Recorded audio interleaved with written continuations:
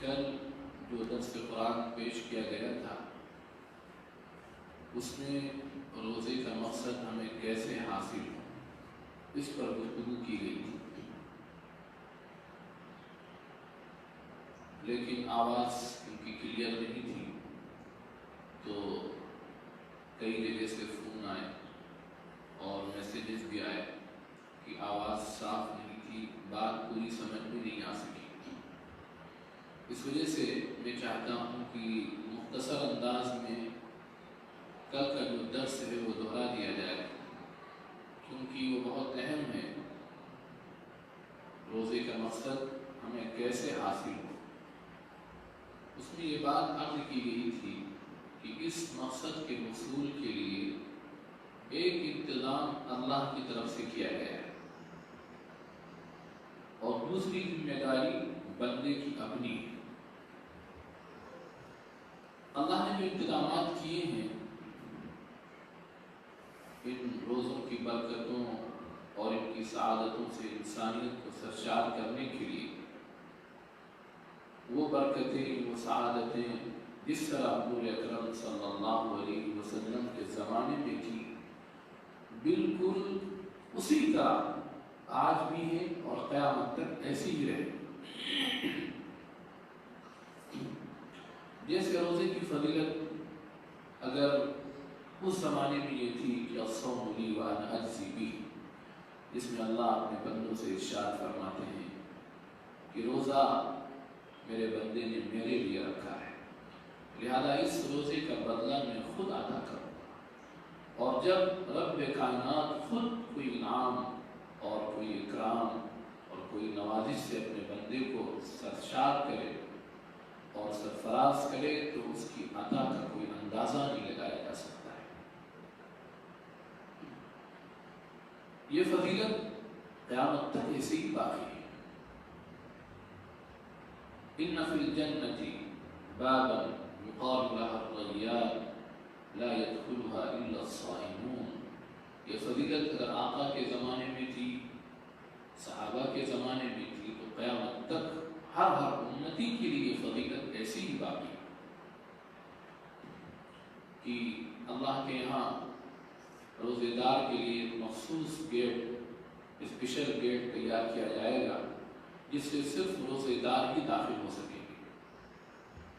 کئی حدیث میں ارشاد فرمایا گیا کہ اتاکم رمضان شہر البرکہ یغشاکم اللہ فیہ وینزل الرحمہ ويحط الخطايا ويستجيب فيه الدعاء وينظر الله تعالى إلى تنافسكم ويباهي بكم ملائكة فأروا الله من أنفسكم خيرا۔ اللہ تعالیٰ اس ماہ مبارک میں برکتوں کے ساتھ، رحمتوں کے ساتھ اپنے بندوں کی طرف متوجہ ہوتے ہیں، کثرت سے بندوں کے گناہوں کو معاف فرماتے ہیں، بندوں کی دعاؤں کو کثرت سے قبول فرماتے ہیں، اور اللہ تعالیٰ بندوں کے تنافس کو دیکھتے ہیں، اور جب بندے ایک دوسرے سے آگے بڑھ کر اس نیک کام کی طرف سبقت کرتے ہیں تو اللہ خوش ہو کر فرشتوں کے سامنے بندوں کے اعمال پر فخر کرتے ہیں۔ لہذا تم اس ماہ مبارک میں اللہ کے سامنے اپنی نیکیاں پیش کرو۔ یہ فضیلت جس طرح حضور اکرم صلی اللہ علیہ وسلم کے زمانے میں تھی، آج اور قیامت تک ہر امتی کے لیے یہ فضیلت ایسی ہی ہے۔ اگر یہ فضیلت من تقرب فیہ بخصلۃ کان کمن ادى فریضۃ فیما سوا الى آخر الحدیث، کہ جو شخص اس مہینے میں کوئی ایک فرض ادا کرے تو اس کو 70 فرائض کے ادا کرنے کا ثواب ملتا ہے۔ کوئی شخص اگر نفل پڑھے تو فرض کے درجے میں اس کو ثواب دیا جاتا ہے۔ یہ فضیلت جس طرح حضور اکرم صلی اللہ علیہ وسلم کے زمانے میں تھی، قیامت تک ایسی باقی رہے گی۔ اسی طرح ایک حدیث میں کہا گیا ہے کہ هو شهر أوله رحمة وأوسطه مغفرة وآخره عتق من النار، اس کا پہلا حصہ اللہ کی رحمت ہے، درمیانی حصہ مغفرت اور آخری حصہ آگ سے خلاصی اور آزادی کا ہے۔ یہ فضیلت ہر امتی کے لیے اور قیامت تک کے لیے۔ اسی طرح اس امت کو خصوصی طور پر کچھ چیزیں ایسی دی گئی ہیں جو پہلی امتوں کے روزے داروں کو نہیں دی گئی تھی، اور حدیث میں اس کی تشریح ہے۔ حضور اکرم صلی اللہ علیہ وسلم نے ارشاد فرمایا، اعطیت امتی 5 خصال فی رمضان لم تعطہن امت قبلہم لخلوف فم الصائم اطیب عند اللہ من ریح المسک وتستغفر لهم الحیتان حتى يفطروا ويزين الله عز وجل كل يوم جنته ثم يقول يوشك عبادي الصالحون أن يلقوا عنهم المؤونة ويصيروا إليه وتصفد فيه مرضة الشياطين فلا يخلص فيه ما كانوا يخلصون إليه في غيره ويغفر لهم في آخر ليله۔ یہ 5 انعامات خصوصی طور پر اس امت کے لیے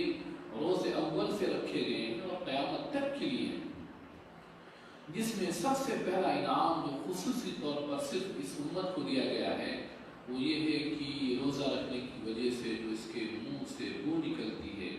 اللہ کے نزدیک وہ مشک سے زیادہ پسندیدہ ہے۔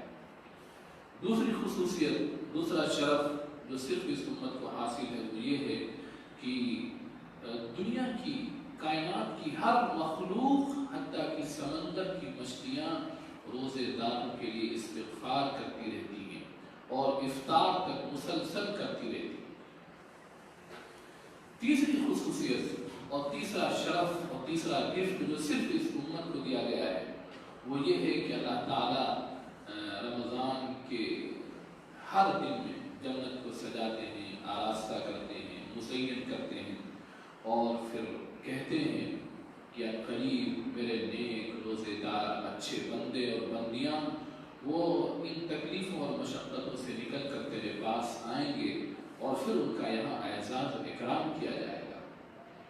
چوتھی جو خصوصیت اس امت کو دی گئی ہے، چوتھا جو گفٹ صرف اس امت کو ملا ہے اور کسی امت کو نہیں ملا ہے وہ یہ ہے کہ اس ماہ مبارک میں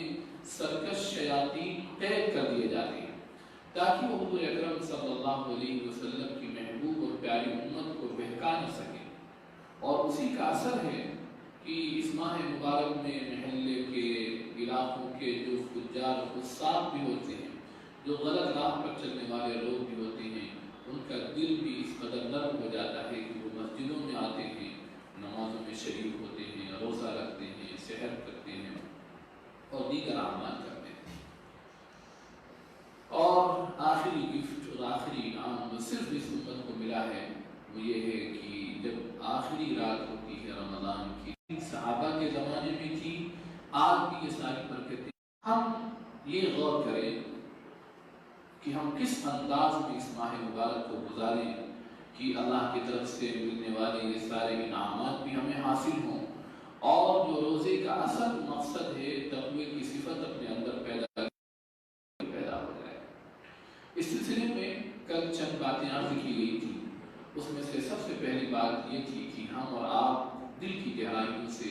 اللہ کا شکر ادا کریں اس بات پر کہ اس نے پھر ہمیں فرمایا ہے۔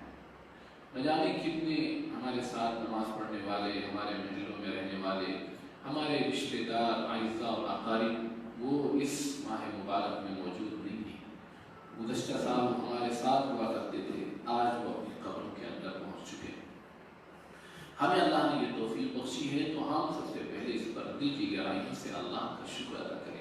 اس کے لیے خصوصی طور پر 2 رکعت شکرانے کی پڑھیں، کیونکہ قانون الہی یہ ہے لئن شکرتم لأزیدنکم ولئن کفرتم ان عذابی لشدید، اگر تم میری نعمتوں کا شکر ادا کرو گے تو ہم تمہاری نعمتوں کو مزید اور بڑھا دیں گے۔ دوسری چیز، ہم اور آپ دل سے اپنے گناہوں پر شرمندگی کا اظہار کرتے ہوئے ندامت کے ساتھ اللہ کی طرف متوجہ ہو کر اپنے گناہوں سے معافی مانگیں، اپنے غلط کاموں سے توبہ کریں، کیونکہ اللہ کو بندے کی توبہ، بندے کی عاجزی، بندے کی مسکنت اور بندے کی بے بسی اللہ کو بہت پسند ہے۔ اور توبے کا مطلب بالکل صاف یہ ہے کہ جو گناہ کر رہا تھا اس گناہ کو چھوڑ دے۔ دوسری شرط یہ ہے توبے کی کہ دل سے شرمندگی ہو۔ تیسری شرط یہ ہے کہ آئندہ نہ کرنے کا پختہ عزم ہو۔ یہ 3 شرطوں کے ساتھ توبہ اللہ کے ہاں قبول ہوتی ہے۔ چوتھی شرط حقوق سے متعلق ہے کہ اگر کسی کا حق مارا ہے، کسی کی حق تلفی کی ہے تو اس حق کو ادا کرے یا اس سے معاف کروائے۔ ان شرطوں کے ساتھ جب توبہ کی جاتی ہے تو اللہ کو اپنے بندے کی سچی توبہ پر اتنی خوشی ہوتی ہے کہ اس کو حضور اکرم صلی اللہ علیہ وسلم نے عرب کے اعتبار سے ایک مثال کے ذریعے سے سمجھایا ہے کہ جس طرح کسی صحرا میں اور بے آب و گیا زمین میں کوئی مسافر جا رہا ہو اور اس کے اونٹ پر اس کے کھانے پینے کا سامان ہو اور اچانک وہ اونٹ پورے ساز و سامان کے ساتھ غائب ہو جائے، وہ تلاش کرتے کرتے تھک جائے، پھر آ کر اپنے رخسار کے نیچے ہاتھ رکھ کر موت کے انتظار میں کہ بس اب آئی اور تب آئی موت، اور اچانک اس کی جب دوبارہ پھر آنکھ کھلی تو اس نے دیکھا کہ اس کا پورا اونٹ اور ساز و سامان پر سب موجود ہے۔ اس کو اتنی خوشی ہوتی ہے، ہماری خوشی میں وہ یہ کہہ دیتا ہے اللہم انت عبدی وانا ربک، کہ اے اللہ آپ میرے بندے ہیں اور میں آپ کا رب ہوں۔ اس نے جو یہ خوشی، اس نے جو یہ غلطی کی وَأَخْطَأَ مِنْ شِدَّةِ الْفَرْحِ، اس نے یہ جو غلطی کی ہے وہ صرف اس وجہ سے کہ خوشی میں اس کو ہوش نہیں کہ وہ کیا کہہ رہا ہے، اور اس نے ایسا جملہ کہہ دیا جو بظاہر کفر ہے، لیکن اس خوشی کے عالم میں اسے یہ بھی ہوش نہیں کہ وہ کیا کہہ رہا ہے۔ جتنی خوشی اس بندے کو اس حالت میں ہوتی ہے اس سے کہیں زیادہ خوشی اس رحیم و کریم رب کو اپنے بندے کی سچی توبہ پر ہوتی ہے۔ اس لیے ہم دل سے سچی توبہ کریں۔ تیسری چیز، رمضان کے جو اعمال ہیں اس میں سب سے پہلے فرائض ہے، نمازوں کے اوقات اول وقت کے اعتبار سے اپنے گھروں کے اندر، کیونکہ اس وقت لاک ڈاؤن کی وجہ سے ہم اپنے گھروں میں محصور ہیں، تو اول وقت میں 5 نمازوں کی ادائیگی کا اہتمام ہو، اس کا پورا نظام بنایا جائے اور ایک جگہ طے کر دی جائے، اور گھروں کے اندر جب بھی ہم نماز ادا کریں تو باجماعت ہی ادا کریں۔ ہاں اگر کوئی شخص اکیلا ہے تو الگ بات ہے، تو وہ اپنا اکیلا پڑھے گا، لیکن اگر کسی گھر میں 2 فرد بھی ہیں، صرف ایک مرد اور اس کی شریک حیات، صرف اگر 2 ہی لوگ ہیں تو بھی وہ جماعت ہی کے ساتھ نماز پڑھیں، کیونکہ جماعت کے ساتھ نماز پڑھنے کا ثواب بہت زیادہ ہے۔ تو ہم حالات ایسے ہیں کہ اس وقت اپنے گھروں میں ہیں، لیکن ہم جماعت کے ساتھ نماز پڑھیں، اور اگر خواتین ہوں، چاہے وہ 1 ہوں چاہے 2 ہوں، تو وہ برابر کی صف میں نہیں کھڑی ہوں گی بلکہ وہ پیچھے کی صف میں کھڑی ہوں گی، اور اگر بچے ہوں تو بچے بیچ میں ہوں گے، ان کے پیچھے خواتین ہوں۔ نماز کی ادائیگی کا اہتمام ہو، اور اس کے بعد پھر نماز کے بعد دعائیں کی جائیں، اسی طرح ہم ذکر کے لیے، دعا کے لیے، استغفار کے لیے، قرآن کی تلاوت کے لیے، قرآن کے ترجمے کے لیے، قرآن کی تفسیر و تشریح کے لیے، حدیث کی تعلیم کے لیے، قرآن کو سیکھنے اور سکھانے کے لیے پورا ایک نظام اوقات، پورا ایک ٹائم ٹیبل ایسا بنا لیں کہ سحر سے لے کر افطار تک ہمارا پورا وقت وہ ایسے اعمال میں مشغول رہے جس میں ذرہ برابر کسی قسم کی ادنا کوتاہی نہ ہو، ہمارا ایک لمحہ ضائع نہ ہو، ہم پوری حفاظت کے ساتھ اپنے ان 30 دنوں کو گزاریں۔ اس کے ساتھ ساتھ ہم جہاں اپنی سحری کے لیے، اپنی افطاری کے لیے انتظامات کر رہے ہوں گے، وہیں ہمارے ذہن میں موجودہ حالات کی وجہ سے یہ بات بھی ذہن میں رہنا چاہیے کہ ہمارے قریب میں جو گھر ہیں، جو ہمارے محلے میں یا ہمارے گھر سے ملے ہوئے اطراف میں جو گھر ہیں، جہاں تک ہم آسانی کے ساتھ پہنچ سکتے ہیں اور اپنے مردوں کے ذریعے سے ان کے حالات معلوم کروا سکتے ہیں، تو ہم ان گھروں کا بھی خیال رکھیں اور ان کی بھی ضرورت کا سامان وقتاً فوقتاً پہنچاتے رہیں۔ اس کے ساتھ ساتھ ایک بات اور بہت اہم ہے کہ ہم اور آپ عام طور پر یہ کرتے ہیں، بلکہ یہ ہماری پوری سوسائٹی کا مرض ہے کہ ہم روزے میں افطار کے لیے اور سحر کے لیے اتنے انتظامات فالتو کے کرتے ہیں، بیجا کرتے ہیں، فضول کرتے ہیں، جس کی وجہ سے ہماری جو گھر کی مستورات ہیں، جو مائیں ہیں اور بہنیں ہیں، جو افطار اور سحر کا سامان تیار کرتی ہیں، وہ اچھے اعمال سے، دعاؤں سے، استغفار سے، تہجد سے، اشراق سے وہ بالکل گویا کہ محروم ہو جاتی ہیں۔ ہم جہاں 5 نمازوں کا اہتمام کر رہے ہوں، وہاں تہجد کا بھی، اشراق کا بھی، چاشت کا بھی، اوابین کا، اور اسی کے ساتھ ساتھ ہم اپنی افطاری میں، اپنی سحری میں سادگی اختیار کریں، کم سے کم سامان ہو، ایسا سامان ہو جو بہت جلدی تیار ہو جاتا ہو، وقت کم لگتا ہو، تاکہ ہماری مائیں اور بہنیں بھی اس وقت پر جو قبولیت کا سب سے اہم وقت ہے، تہجد کا وقت ہوتا ہے، افطار کا وقت ہوتا ہے، یہ 2 وقت روزے میں سب سے اہم ہوتے ہیں۔ اور عجیب بات یہ ہے کہ انہی 2 اوقات میں ہم اپنی گھر کی مستورات کو ایسے کاموں میں لگا دیتے ہیں کہ ان کو نہ تہجد کے وقت ملتا ہے اور نہ افطار کے وقت انہیں دعاؤں کے لیے وقت ملتا ہے۔ اس وجہ سے یہ مردوں کی ذمہ داری ہے کہ وہ اپنی گھر کی مستورات پر اتنا بوجھ نہ ڈالیں کہ اس کی وجہ سے وہ اللہ کی طرف سے ایمان میں متوجہ نہ ہو پائیں۔ میں سمجھتا ہوں کہ اگر مردوں نے اس سلسلے میں کوئی کوشش نہ کی یا انہوں نے ان کے اوپر بوجھ ڈالا تو پھر وہ جو محرومی ہوئی ہے اس کا عذاب، اس کا وبال مردوں کے اوپر ہوگا۔ اس وجہ سے مرد خود یہ پیشکش کریں کہ ہم لوگ بہت ہی معمولی سی اور سادگی کے ساتھ جلد وقت میں بن جانے والی کوئی چیز تیار کر لی جائے، کیونکہ اصل مقصد کھانا پینا نہیں، پورا سال پڑا ہوا ہے کھانے پینے کے لیے۔ رمضان مبارک میں اگر ہم کچھ کمی کر دیں تو انشاءاللہ اس کی وجہ سے ہمارا روزہ اور روزے کے تمام اوقات ہمارے محفوظ ہو جائیں گے۔ لیکن بہت تکلیف ہوتی ہے جب یہ محسوس ہوتا ہے کہ رمضان میں خاص کر کھانے کا اور پینے کا اہتمام کیا جاتا ہے، ایسا محسوس ہوتا ہے کہ یہ ماہ مبارک کھانے پینے کے لیے آیا ہے۔ روڈوں پر دکانیں سج جاتی ہیں، ٹھیلے سج جاتے ہیں، غیر بھی دیکھتے ہوں گے تو وہ بھی یہ سوچتے ہوں گے کہ یہ شاید ان کے یہاں کھانے پینے کا مہینہ ہے۔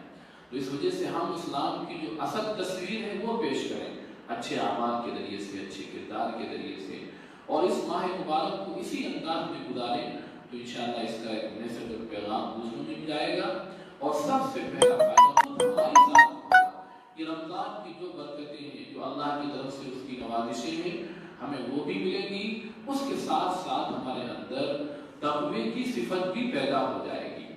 اور اگر تقوی کی صفت پیدا ہو گئی تو اللہ تعالیٰ اس پر کیسے کیسے بندوں کو انعامات سے نوازتے ہیں، اس کی قرآن کی آیتوں کے ذیل میں اس کی تشریح آپ کے سامنے رکھ رہا ہوں کہ جب تقوی کی صفت پیدا ہوتی ہے تو اللہ تعالیٰ پھر اس کے کیا کیا فائدے اور کیا کیا نتائج بندے کو عطا فرماتے ہیں۔ قرآن میں اللہ تعالیٰ کا ارشاد ہے تقوی کے بارے میں کہ وَمَن يَتَّقِ اللَّهَ يَجْعَلْ لَهُ مَخْرَجًا وَيَرْزُقْهُ مِنْ حَيْثُ لَا يَحْتَسِبُ، کہ جو شخص اپنی زندگی کو تقوی کے ساتھ، اور تقوی کا مطلب یہ بیان کیا گیا تھا، تقوی کا مطلب آسان الفاظ میں یہ ہے کہ ہم پوری زندگی کا ہر لمحہ، زندگی کا ہر گوشہ وہ اللہ کے حکم کو سامنے رکھ کر اور حضور اکرم صلی اللہ علیہ وسلم کے طریقے کو، آپ کے نمونے کو سامنے رکھ کر ہم پوری زندگی اسی احتیاط کے ساتھ گزاریں، اس کا نام تقویٰ ہے۔ تو جس کی زندگی ایسی ہو اس کے بارے میں اللہ کا یہ وعدہ ہے یجعل لہ مخرجا، کہ اللہ ہر تنگی اور ہر مصیبت سے نکلنے کا کوئی نہ کوئی راستہ اس کے لیے بنا دیتے ہیں۔ وَيَرْزُقْهُ مِنْ حَيْثُ لَا يَحْتَسِبُ، اور اس کو رزق ایسی جگہ سے عطا فرماتے ہیں جہاں سے اس کو گمان بھی نہیں تھا۔ اور پوری اسلامی تاریخ، پوری انبیائی تاریخ، پوری صلح کی تاریخ، پوری متقیوں کی تاریخ اس بات کی شاہد ہے کہ جنہوں نے اپنی زندگی تقوی کے ساتھ گزاری ہے، اللہ نے ان کے لیے ہر تنگی سے نکلنے کا اور ان کے رزق کا ایسا بہترین انتظام کیا ہے کہ وقت کے بادشاہوں کی بھی وہ چیز نصیب نہیں ہوتی۔ ایک تو فائدہ تقوی کا یہ ہے۔ دوسرا فائدہ تقوی کا قرآن میں یہ بیان کیا گیا ہے کہ وَمَن يَتَّقِ اللَّهَ يَجْعَلْ لَهُ مِنْ أَمْرِهِ يُسْرًا، کہ جو شخص تقوی کے ساتھ اپنی زندگی گزارے گا، اللہ تعالیٰ دنیا میں اس کے معاملات میں، اس کے کاموں میں سہولت پیدا فرما دے گا۔ ایک آدمی اسی چیز کو بڑی مشقت کے ساتھ، بڑی محنت کے ساتھ، بڑی تب و دو کے ساتھ حاصل کرے گا، اور متقی شخص کو وہی چیز بڑی سہولت اور آسانی کے ساتھ مل جاتی ہے۔ اور پوری نیک و صالح لوگوں کی تاریخ اس کی گواہ ہے کہ جو اللہ کے نیک بندے ہوتے ہیں، اللہ تعالیٰ ان کی ضرورتوں کو اس انداز میں پورا کرتے ہیں جس کے لیے دیگر لوگوں کو بہت محنت کرنا ہوتی ہے۔ اسی کو حدیث میں کہا گیا ہے کہ دنیا وہی راغمۃ، کہ ایسے متقی لوگوں کے پاس وہ دنیا ناک رگڑ کر ذلیل ہو کر آتی ہے۔ یہ تقوی کا دوسرا فائدہ ہے۔ تیسرا فائدہ تقوی کا یہ ہے کہ وَمَن يَتَّقِ اللَّهَ يُكَفِّرْ عَنْهُ سَيِّئَاتِهِ وَيُعْظِمْ لَهُ أَجْرًا، کہ جب انسان تقوی کے ساتھ زندگی گزارنے کا فیصلہ کرے گا تو اللہ تعالیٰ اس کے سارے گناہوں کو معاف فرما دیتے ہیں اور اس کے اجر کو بہت بڑھا دیتے ہیں، کیونکہ معصیت کے ساتھ، فسق و فجور کے ساتھ اور غفلت و لاپرواہی کے ساتھ اور اللہ کے حکموں کی نافرمانی کے ساتھ جو زندگی گزاری جاتی ہے، وہ زندگی خود اس بندے کے لیے سب سے زیادہ عذاب اور وبال اور مصیبت بنتی ہے۔ لیکن اگر تقوی کے ساتھ زندگی گزاری جائے گی تو اللہ اس کے گناہوں کو معاف بھی فرمائیں گے، اس کے اجر کو مزید بڑھا بھی دیں گے۔ یہ تقوی کا تیسرا فائدہ ہے۔ چوتھا فائدہ تقوی کا یہ بیان کیا گیا ہے وَاتَّقُوا اللَّهَ لَعَلَّكُمْ تُفْلِحُونَ، کہ اگر تم تقوی کے ساتھ زندگی گزارو گے تو فلاح اور کامیابی، اور فلاح کا اطلاق دنیاوی اور اخروی دونوں کامیابیوں پر ہوتا ہے، اللہ تعالیٰ نے وہ تمہارے لیے پھر طے کر دی ہے۔ تقوی پر دنیا اور آخرت کی کامیابی کا وعدہ ہے۔ چوتھا فائدہ تقوی کا یہ ہے کہ متقی کے ساتھ اللہ کی خاص مدد اور نصرت اور تعین ہوتی ہے۔ وَاتَّقُوا اللَّهَ وَاعْلَمُوا أَنَّ اللَّهَ مَعَ الْمُتَّقِينَ، کہ تم تقوی کے ساتھ زندگی گزارو، اللہ کا پاس و لحاظ رکھتے ہوئے پوری زندگی گزارو، اور پھر یقین رکھو کہ اللہ کی معیت، اس کی رفاقت، اس کی نصرت متقیوں کے ساتھ ہوتی ہے۔ اس کا پانچواں فائدہ یہ ہے فَاتَّقُوا اللَّهَ لَعَلَّكُمْ تَشْكُرُونَ، کہ اگر کوئی بندہ چاہتا ہے کہ میں اللہ کے دربار میں شکر گزار شمار کیا جاؤں تو اس کے لیے تقوی کی زندگی شرط ہے۔ اس آیت میں یہی اصول بیان کیا گیا ہے، اگر تم اللہ کے شاکر بندے بننا چاہتے ہو تو پھر تم تقوی کے ساتھ زندگی گزارو۔ اور تقوی کی کوئی حد نہیں ہے، کیونکہ قرآن میں جگہ کہا گیا ہے یا ایھا الذین آمنوا اتقوا اللہ حق تقاتہ، کہ ایمان والو تم تقوی کے ساتھ زندگی گزارو جس طرح اللہ سے تقوی اختیار کرنے کا حق ہے۔ لیکن ظاہر سی بات ہے کہ اس حق کو کوئی ادا نہیں کر سکتا ہے۔ اللہ کا جو مقام ہے، اس کا جو مرتبہ ہے، اس کی جو شان ہے، اس کے شایان شان کوئی تقوی اختیار نہیں کر سکتا ہے۔ اسی لیے دوسری آیت میں فَاتَّقُوا اللَّهَ مَا اسْتَطَعْتُمْ کہا گیا ہے کہ تم سے جتنا ہو سکتا ہے اتنا تم اللہ کا پاس و لحاظ رکھتے ہوئے زندگی گزارو۔ وَاسْمَعُوا وَأَطِيعُوا، یہ اصول ہے کہ اللہ کی بات کو، نبی کی بات کو، اس کے فرمان کو سنو اور پھر اس پر عمل کرو۔ یہ گویا کہ تقوی کا معیار ہے۔ ہماری اور آپ کی ذمہ داری یہ ہے کہ ہم تقوی کے ساتھ زندگی گزارنے کا فیصلہ کریں، اور اس کے لیے یہ ماہ مبارک گویا کہ ایک ٹریننگ ہے، ایک جو ہے وہ پیریڈ ہے جس میں ہمیں تیار کیا جا رہا ہے تقوی کے لیے اور تقوی کی صفت اپنے دلوں میں پیدا کرنے کے لیے۔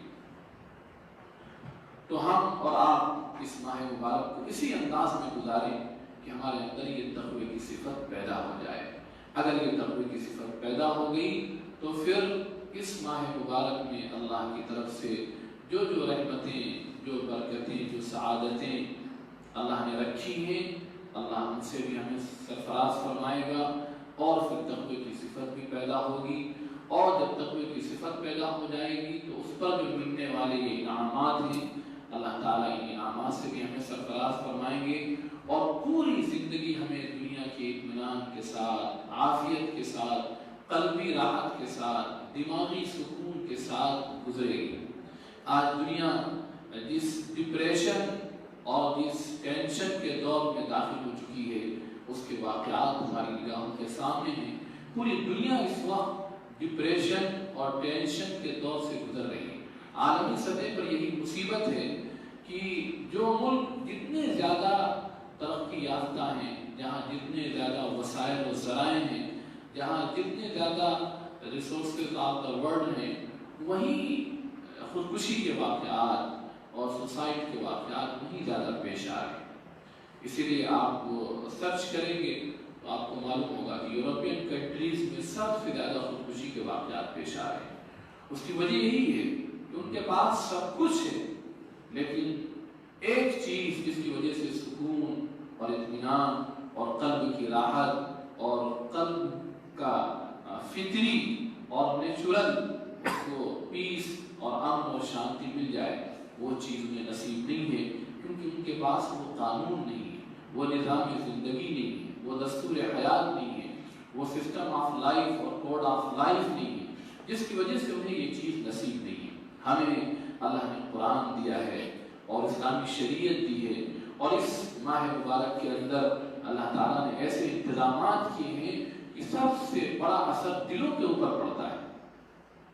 اسی لیے اس ماہ مبارک میں اللہ کی طرف سے فرشتوں کو حکم دیا جاتا ہے کہ تم جاؤ اور روزے داروں کے روزے پر آمین کہو، اور بعض فرشتوں کو اس اعلان پر مقرر کیا جاتا ہے کہ تم یہ اعلان کرتے رہو، یا باغی الخیر اقبل و یا باغی الشر ادبر، کہ اے خیر کے تلاش کرنے والے نیک کاموں کی طرف آگے بڑھو، اور اے شر کے متلاشی اب پیچھے ہٹ جا اور غلط کام سے توبہ کر لے اور اللہ کی طرف متوجہ ہو جا۔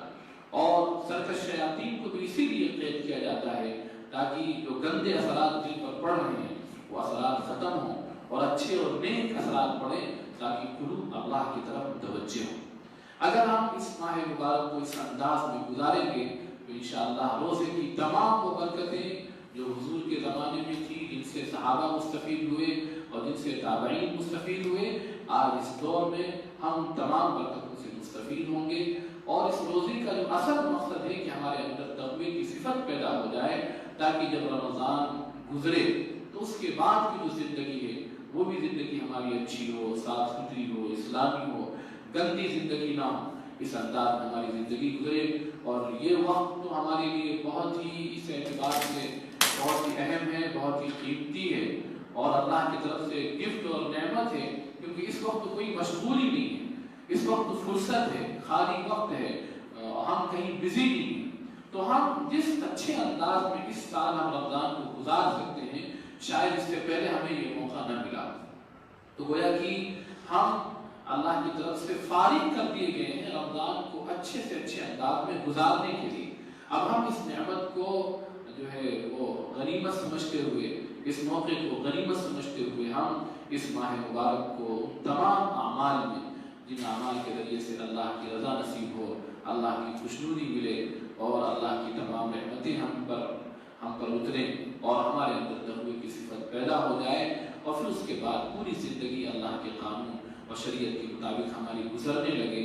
ان تمام چیزوں کا خیال رکھتے ہوئے ہم اپنی زندگی گزارنے کا فیصلہ کریں۔ اللہ تعالیٰ مجھے بھی اور آپ حضرات کو ان باتوں پر عمل کی توفیق عطا فرمائیں۔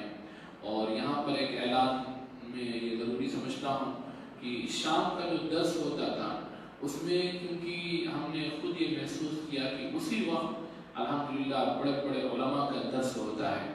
حضرت مولانا سید سلمان حسینی ندوی صاحب ہیں، حضرت مولانا سجاد صاحب نعمانی ہیں، اور حضرت مولانا تاج الجمیل صاحب ہیں۔ ان حضرات کے اسی وقت درس ہوتے ہیں، تو میری گزارش یہ ہے تمام سامعین سے کہ اسی درس سے مستفید ہوں، اور اس درس کو ہم موقوف کرتے ہیں۔ اور یہ جو درس ہے 12:30 بجے، یہ انشاءاللہ پورے رمضان بھر چلتا رہے گا۔ بہت سے سوالات آئے ہیں، کل انشاءاللہ ان سوالات کے جواب دیے جائیں گے۔ اور آخری ایک سوال جو میں نے شروع بھی کیا تھا کہ کیا کچھ ایسی باتیں بھی ہوتی ہیں جن کی وجہ سے آدمی روزہ رکھ کر، نماز پڑھ کر بھی روزے کی برکتوں سے محروم ہو جاتا ہے؟ ان چیزوں کو بھی سمجھنا بہت ضروری ہے، کیونکہ بعض مرتبہ آدمی یہ کہتا ہے کہ میں نے روزہ بھی رکھا اور تراویح بھی پڑھی اور نماز بھی پڑھی، لیکن روزے کا جو اثر ہونا چاہیے وہ نظر نہیں آ رہا۔ تو ایسا کیوں ہوتا ہے؟ انشاءاللہ کل کے درس میں اس کا جواب دیا جائے گا۔ اللہ تعالیٰ مجھے اور آپ کو توفیق عطا فرمائے۔